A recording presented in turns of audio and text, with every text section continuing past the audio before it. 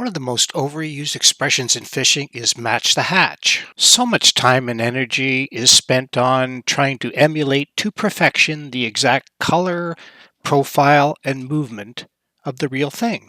This will certainly work if there isn't ample food already available, but more often than not, these baits basically get bit because they're doing something different. They look out of place.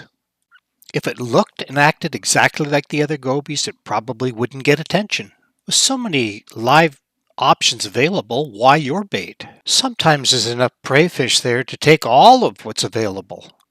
But often, you're just another bad shrimp left at the buffet. Watch as this perch on the right stalks the weak or out of place.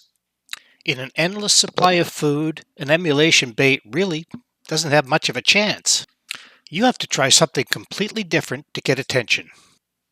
This spoon, dangling well above the fray, looking nothing like the forage around it, is extremely inviting to the curious.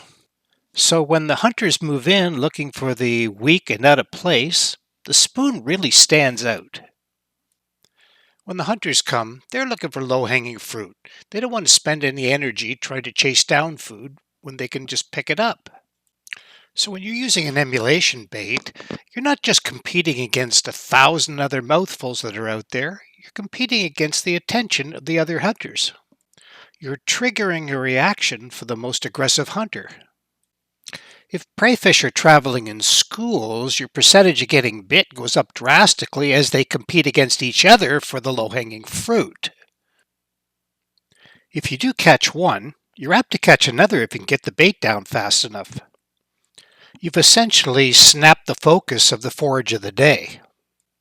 Even if you're not competing against another 100,000 targets in the area that you're fishing, it's always wise to start aggressive. You never know what the temperature of the fish are until you try.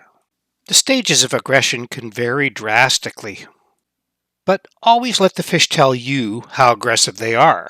These perch are literally surrounded by over 100,000 shiners, but the only thing that's going to go in their mouth is a chartreuse hook. So remember, when the competition is overwhelming, don't compete. Try something completely different. You'd be surprised at the results. Tight lines.